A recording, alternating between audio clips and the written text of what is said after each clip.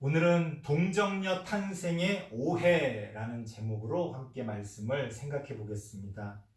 일단은 동정녀 탄생이라는 게 쉽게 풀어서 말씀을 드리면 처녀가 남자와 관계를 하지 않고 아이를 갖게 됐다는 거 아닙니까? 일단 기본적으로 말이 안 되기 때문에 이것에 대한 많은 논란이 있어 왔습니다. 그런 차원에서 오늘은 우리가 동정녀 탄생에 대해서 가지고 있는 어떤 오해를 두 가지 정도 찾아서 좀 그 오해를 풀어보려고 합니다. 첫 번째는 뭐냐? 동정녀 탄생은 절대 불변의 진리가 아니라는 거예요.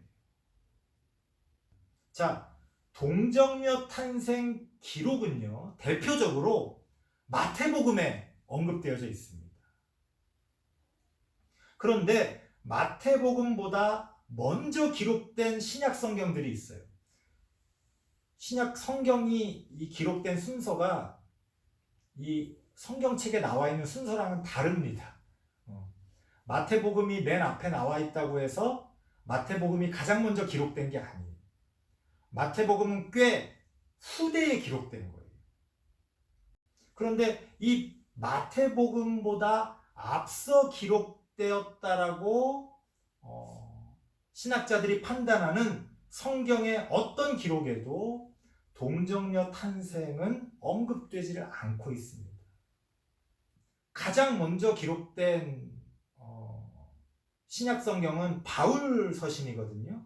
그런데 바울 서신을 보면 바울은 어디에서도 동정녀 탄생에 대해서 얘기를 하고 있지 않아요. 만약 동정녀 탄생이 그렇게 중요한 거였다면 우리가 정말 우리의 신앙의 바로미터로 믿어야 할 그런 거였다면 사도 바울이 얘기를 했겠죠. 하지만 사도 바울은 어디에서도 동정녀 탄생을 이야기하고 있지 않습니다. 그래서 신학자들은 아마도 사도 바울은 동정녀 탄생 이야기를 들어본 적이 없거나 아니면 알고 있었다고 해도 전혀 그것을 언급할 만한 가치가 없다고 생각했다는 거예요.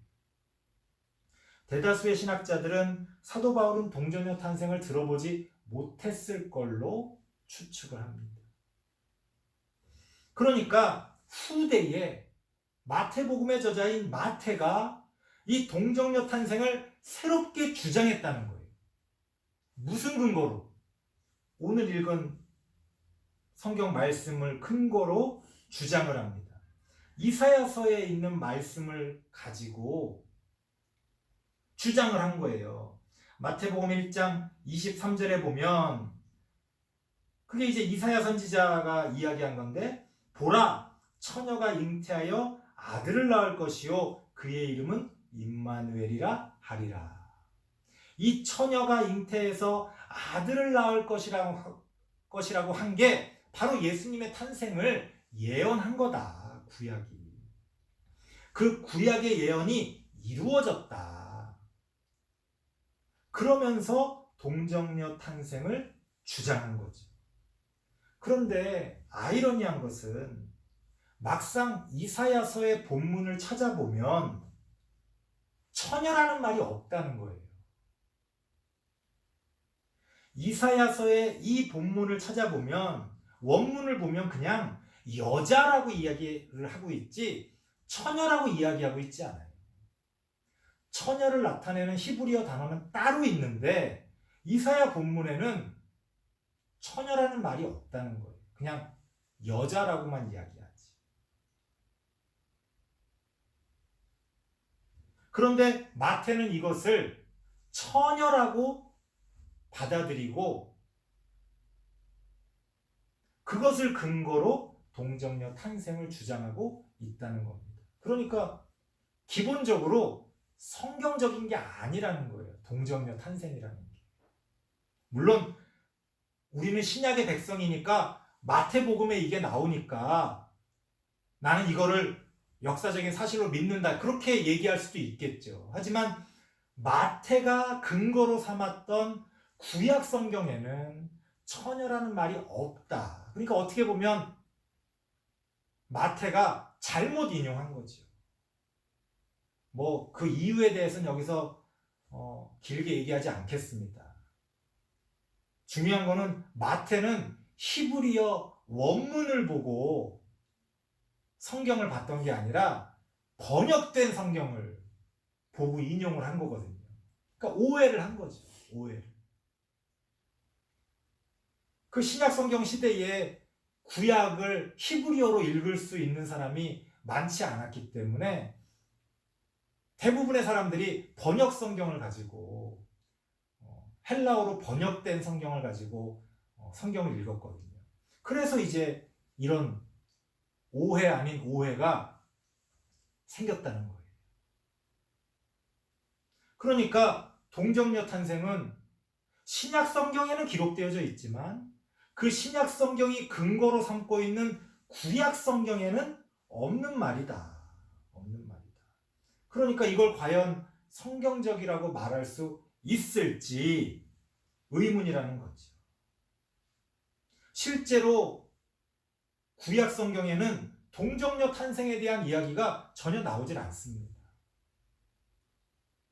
아이를 가질 수 없게 됐던 불임 가정이 하나님의 능력으로 아이를 갖게 됐다는 표현들은 나오지만 남자 없이 여자가 그냥 아기를 갖게 됐다?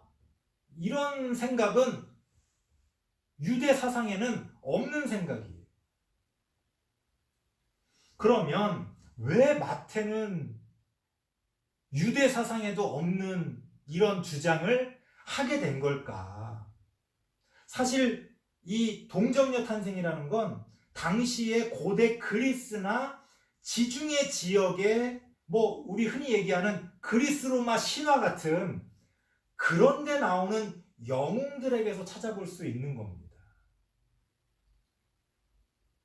우리도 옛날에 어떤 왕이 알에서 태어났다거나 이런 주장들이 있잖아요. 이런 어떤 기적적인 탄생에 대한 이야기들.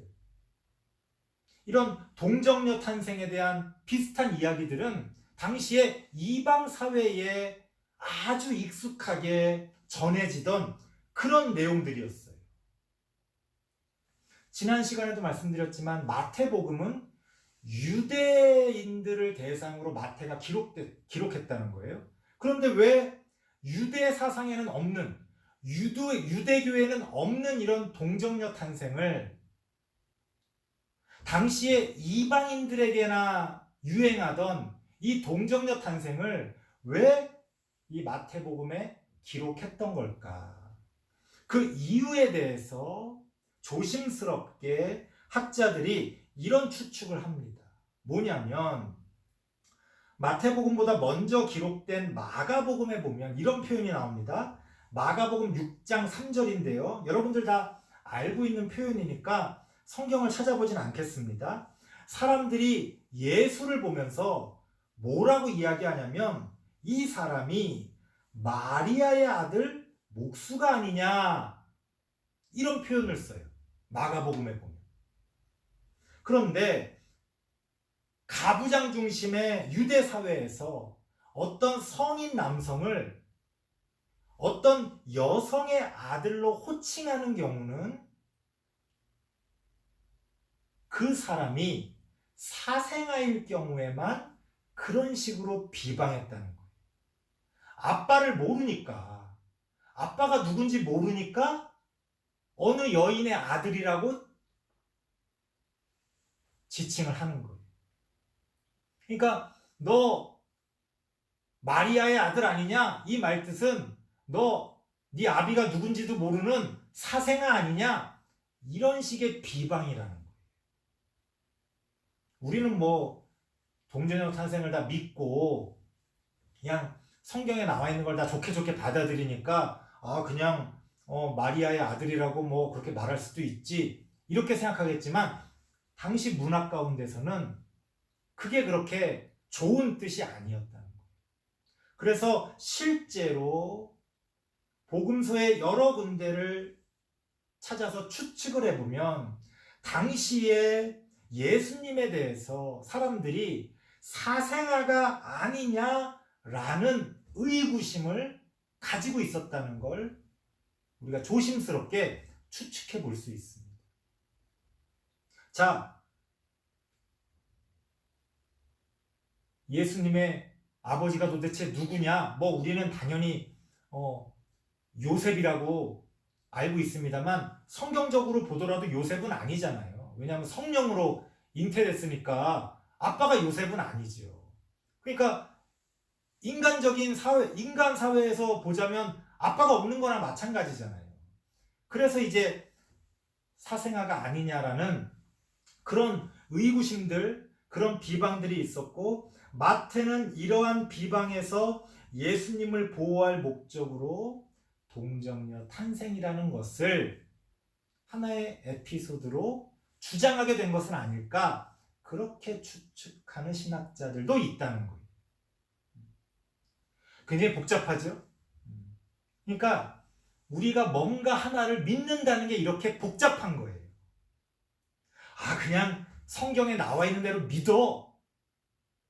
우리가 그렇게 쉽게 말하곤 하지만 그게 그렇게 쉽지 않다는 걸 제가 계속해서 말씀을 드립니다. 성경에 나와 있는 대로 믿는 게 쉬우면 뭐하러 설교를 합니까? 이거 다 한글로 쓰여져 있는데 여러분들이 그냥 읽고 믿고 여기서 하라는 대로 하면 되지?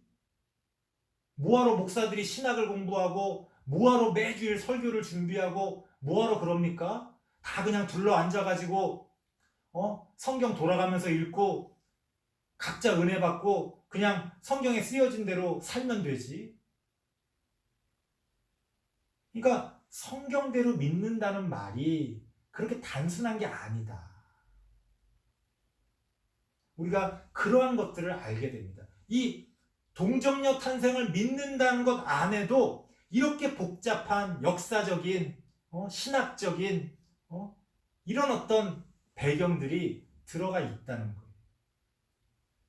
그렇기 때문에 우리가 동정녀 탄생을 절대 불변의 진리로 그렇게 생각할 필요는 없다. 만약 어떤 분이 나는 그래도 동정녀 탄생을 믿는다 라고 말씀하신다면 오케이, 괜찮습니다. 그게 믿어지고 그렇게 믿겠다는데 누가 뭐라 그러겠어요. 하지만 그런 자신의 믿음으로 남의 믿음을 판단하지는 말라는 거예요. 어떤 사람은 이 동정녀 탄생을 역사적인 사실로 믿지 않더라도 훌륭한 그리스도인이 될 수 있다는 겁니다. 실제로 그런 위대한 신학자들도 많이 있었고요. 그래서 우리가 동정녀 탄생을 절대 불변의 진리로 오해하는 일이 없어야겠다. 이런 어떤 신학적인, 역사적인, 성경적인 그런 어떤 문맥 가운데서 어떤 사람은 믿기도 하고 또 어떤 사람은 안 믿기도 하고, 하지만 여기서 말하고자 하는 의미는 또 이런 것이고, 우리가 그렇게 다양성을 가지고 받아들일 필요가 있다는 겁니다. 자, 두 번째는 뭐냐? 동정녀 탄생은 단지 예수님의 신성을 강조하기 위한 것만은 아니었다는 것. 기본적으로 동정녀 탄생은 당시 그리스, 로마, 지중해 문화 가운데서 아주 위대한 신적인 인물이 탄생했음을 상징적으로 보여주는 그런 어떤 탄생 설화거든요. 그러니까 예수님이 동정녀 탄생을 하셨다는 건 예수님이 하나님의 아들이시라는 것을 사실은 주장하는 거예요. 예수님의 신성을 이야기하는 거죠. 하지만 동정녀 탄생이 단지 그런 예수님의 신성을 강조하기 위한 것만은 아니었다. 거꾸로 당시 초대교회에서는 예수님의 인성을 강조하기 위한 목적으로 이 이야기들을 했다는 겁니다. 뭘 보면 알 수 있습니까? 사도신경을 보면 이런 표현이 나와요. 성령으로 잉태되어 동정녀 마리아에게서 나시고 라는 표현이 나오죠. 두 개로 나눠볼 수 있습니다. 성령으로 잉태되어 동정녀 마리아에게서 나시고. 자, 이 두 가지 표현은요, 각각의 것이 다른 목적으로 쓰여진 겁니다. 성령으로 잉태됐다는 말은 예수님이 하나님과 연결되어져 있음을 이야기하는 거예요. 그런 신앙 고백이에요.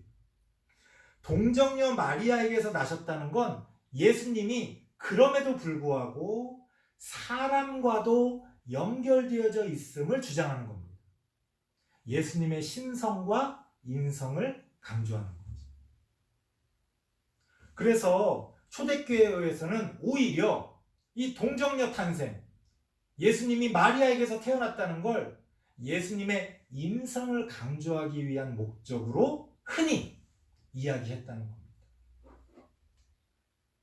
하지만 앞서 얘기한 것처럼 그들의 관심은 동정녀에 있지 않았어요. 마리아에게서 태어났다는 것을 더 중요하게 생각했죠. 왜 초대교회에서 이 동정녀 탄생, 좀 더 풀어서 말씀드리면 처녀 마리아에게서 태어났다는 걸 왜 강조했을까? 당시 초대교회의 가장 큰 골칫거리 중에 하나가 영지주의자들이었습니다. 영지주의. 많이 들어보셨죠? 예전에 청년부 때 공부 좀 하셨다는 분들, 성경 공부 좀 하셨다는 분들은 이 영지주의라는 말을 들어보셨을 겁니다. 이 영지주의자들이 사실 뭐 여기에 대해서는 또 할 얘기가 굉장히 많습니다만, 또 영지주의를 우리가 어떻게 바라볼 것이냐에 대해서도 오늘날 역사적으로 굉장히 다양한 주장들이 있습니다. 하지만 어쨌든 당시 초대교회에서 이 영지주의자들이 골칫거리였던 건 분명했던 것 같아요. 그래서 당시 그 교부들이 이 영지주의자들을 아주 비난하고 비판하면서 여러 가지 이야기들을 했던 게 실제 기록으로 남겨져 있습니다. 이 영지주의자들은요, 예수님을 믿었어요. 이 영지주의자들이 이단이라고는 얘기하는데 예수님을 안 믿은 사람들이 아니에요. 예수님을 아주 잘 믿었던 사람이에요. 예수님을 근데 어떻게 믿었느냐? 하나님의 아들로서 믿었어요. 우리랑 똑같은데? 그런데 이 영지주의자들은 나름 논리적인 사람들이었습니다. 예수님이 하나님의 아들이라면 예수님도 하나님이잖아요. 신성을 갖고 있는 분이잖아요. 그런 신성을 갖고 계신 분이 결코, 이 영지주의자들은 이제 세상을 이분법으로 바라봤는데 영적인 거는 거룩하고 물질적인 것은 좀 악하다, 이런 생각이 있었어요. 그래서 신적인 예수님이 어떻게 악한 물질로 이루어진 사람에게서 태어날 수가 있겠느냐. 그래서 이 영지주의자들은 예수님은 하나님의 아들이시기 때문에 결코 사람에게서 태어날 수 없다, 이렇게 주장했습니다. 그래서 이 사람들이 어떤 주장을 하냐면 흔히 이제 가현설이라고 이야기하는데, 당시 사람들이 예수님을 눈으로 봤잖아요. 근데 예수님은 하나님의 아들이니까 물질 속에 거하실 수가 없는 거예요. 너무 거룩하시기 때문에. 왜? 물질은 악하니까. 근데 우리의 육신은 물질로 이루어져 있잖아요. 그러니까 예수님이 사람의 몸을 입는다는 건 말이 안 되는 거예요. 근데 당시 사람들은 예수님을 바라봤잖아요. 영지주의자들은 그래서 어떤 주장을 했느냐? 당시 사람들이 예수님을 본 거는 예수님의 환상을 봤다는 거예요. 예수님의 가짜 몸을 봤다는 거예요. 오늘날로 치면 홀로그램 예수가 되는 거예요. 오늘날 막 3D 이런 그 가상현실 같은 거 보면 왜 막 공룡 같은 게 마치 지금 여기 존재하는 것처럼 그렇게 CG로 막 우리 눈앞에 펼쳐지지 않습니까? 하지만 만져보면 그건 가짜죠. 당시 예수님이 그렇게 사람들 앞에 자신의 모습을 보이셨다는 것. 그래서 무리를 걸을 수도 있고, 그래서 여러 가지 많은 초능력을 보여주실 수가 있는 거죠. 굉장히 논리적이죠? 어떻게 보면. 그냥 무턱대고 믿는다고 하는 그런 근본주의 신앙을 갖고 있는 분들보다 훨씬 더 나름 논리적인, 예수님이 하나님의 아들이라면 어떻게 인간의 몸을 입고 인간의 몸으로서 십자가에 죽으실 수가 있느냐. 그건 다 가짜다. 그저 그런 일을 이루시기 위해, 마치 우리가 영화를 볼 때 CG로 어떤 상황이 펼쳐지지만 우리 눈에는 현실처럼 보이는 것처럼, 그렇게 홀로그램으로, 그렇게 CG로 하나님이 우리 눈에 그렇게 보이게 하셨을 뿐이지 예수님이 진짜 사람의 몸을 입으실 수는 없다, 이런 주장을 했어요. 훨씬 더 말이 되기 때문에 당시에 많은 사람들에게, 특히 좀 논리적이라고 하는 사람들은 오히려 영지주의를 더 좋게 생각하는 경우도 많이 있었다는 겁니다. 말이 되잖아요. 말이 되잖아요. 이런 상황 가운데서 초대교회는 그 영지주의의 주장을 배격하기 위해 예수님이 마리아에게서 태어나셨다는 걸 강조할 수밖에 없었던 거예요. 하지만 단지 인간에게서 태어났으면 그냥 인간이잖아요. 그러니까 예수님의 신성과 인성을 다 강조하기 위해 동정녀 탄생을 얘기하게 된 거라는 겁니다. 그래서 예수님의 동정녀 탄생, 동정녀 마리아에게서 태어나셨다라는 건 단지 예수님의 신성을 강조하기 위한 것만은 아니었다. 예수님의 인성을 강조하기 위한 목적도 있었다는 겁니다. 하지만 여전히 여기서 우리가 봐야 할 강조점은 동정녀에 있는 게 아니라 마리아한테 있다는 거지. 초대교회 때 어떤 사람도 동정녀를 더 강조하면서 바른 신앙의 여부를 판단했던 사람은 없습니다. 오히려 마리아에게서 예수님이 태어났다는 게 더 중요한 사실이었다는 겁니다. 설교를 마치겠습니다. 오늘 좀 신학적인 얘기들을 많이 말씀을 드렸습니다. 왜냐하면 우리의 믿음이 어디 하늘에서 뚝 떨어진, 아무런 땅도 밟고 있지 않은, 공중에 떠 있는 그런 신앙이 아니라는 거예요. 제가 항상 말씀드리죠. 기독교는 역사적인 종교다.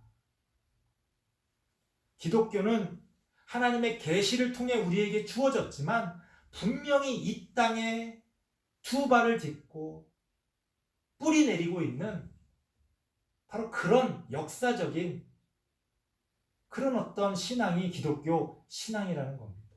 그러니까 그런 어떤 역사를 다 무시해버리고, 혹은 그런 것에 대해 전혀 알지도 못하면서 너 믿어 안 믿어? 믿습니까? 아멘! 이런 식으로 말한다고 해서 그게 믿음이 생기는 게 아니라는 거예요. 동정녀 탄생을 역사적인 사실로 믿습니까? 라는 질문도 웃기지만 거기에 대해서 아멘 한다고 해서 그게 무슨 그 자체로서 신앙도 아닐 뿐더러 거기서 어떠한 신앙의 열매도 나타날 수가 없는 거죠. 그래서 어쨌다고요? 예수님이 동정녀 탄생하셨다. 아멘. 거기서 어떤 우리의 신앙의 열매가 생겨납니까? 그런 말이 안 되는 거를 무조건 믿는다고 해서 그거를 신앙이라고 말한다면, 말도 안 되는 걸 믿는 거는 이단들이 더 말도 안 되는 걸 믿잖아요. 그럼 이단들의 신앙이 우리보다 더 좋은 겁니까? 또 우린 또 그건 또 아니라고 그러죠. 우리는 이단들을 보면서 저렇게 말도 안 되고 저런 인간 교주의 저런 말도 안 되는 주장들을 어떻게 저렇게 믿나 라고 말하지만 우리도 여전히 세상 사람들이 볼 때는 말도 안 되는 거를 똑같이 믿고 있단 말이에요. 오해하지 마세요. 말이 되는 것만 믿자는 얘기가 아닙니다. 눈에 보이지 않는 세상이 있는데 어떻게 우리가 말이 되는 것만 믿겠어요? 인간의 과학이라는 건 아주 작은 부분만을 증명하고 있기 때문에 우리가 어떤 과학적인 사실만으로 우리의 믿음을 논할 수는 없죠. 그렇기 때문에 어떤 것을 사실로 믿느냐 믿지 않느냐를 가지고 신앙을 판단할 수 없다는 거예요. 제 얘기는 역사적인 혹은 사실적인 과학적인 그런 울타리 안에서 우리가 믿음을 갖자는 게 아니라 우리의 믿음은 그것을 초월해 있기 때문에 그런 어떤 사실 여부를 가지고 우리의 믿음이 서고 넘어지는 게 아니라는 것을 우리가 알아야 한다는 겁니다. 더 중요한 건 그러한 사실을 통해 그러한 성경의 이야기를 통해 우리의 삶이 어떻게 거듭나고 어떻게 성령의 열매를 맺을 수 있을 것인가. 우리의 관심이 거기까지 나아가야 제대로 된 기독교 신앙을 이야기할 수가 있다는 겁니다. 안 그러면은 정말 무슨 애들도 아니고 유치하게 애들 말싸움 하듯이 믿어 안 믿어? 너 날 믿어 안 믿어? 이런 식의 논쟁을 가지고 우리의 신앙을 증명하려고 한다면 그거는 처음 시작부터 첫 단추부터 잘못된 것이다. 여러분들이 그것을 아시고 우리가 하나님을 믿는 믿음을 어렵지만 이런 바른 역사적인 신학적인 지식 위에서 우리의 신앙을 세워가시는 우리 성도님들 되시길 바랍니다. 기도하겠습니다. 하나님 감사합니다. 어릴 때는 하나님을 믿는다는 것이 훨씬 쉬웠던 것 같은데 하나님을 알고 배워갈수록 하나님을 믿는다는 것이 더 어렵다는 것을 깨닫게 됩니다. 그럼에도 불구하고 우리가 끊임없이 하나님을 아는 지식 위에 바로 설 수 있도록 노력하며 하나님을 향해 나아갑니다. 하나님께서는 그런 과정을 우리의 믿음으로 받으시고 우리를 판단하실 줄 믿습니다. 하나님 앞에서는 그날까지 끊임없이 하나님을 배우며 하나님의 그 진리를 깨달으며 하나님이 원하시는 하나님의 나라의 그런 열매, 성령의 열매들을 맺으며 나아가는 우리들이 되어질 수 있도록 하나님 함께하여 주시옵소서. 예수님의 이름으로 기도드리옵나이다. 아멘.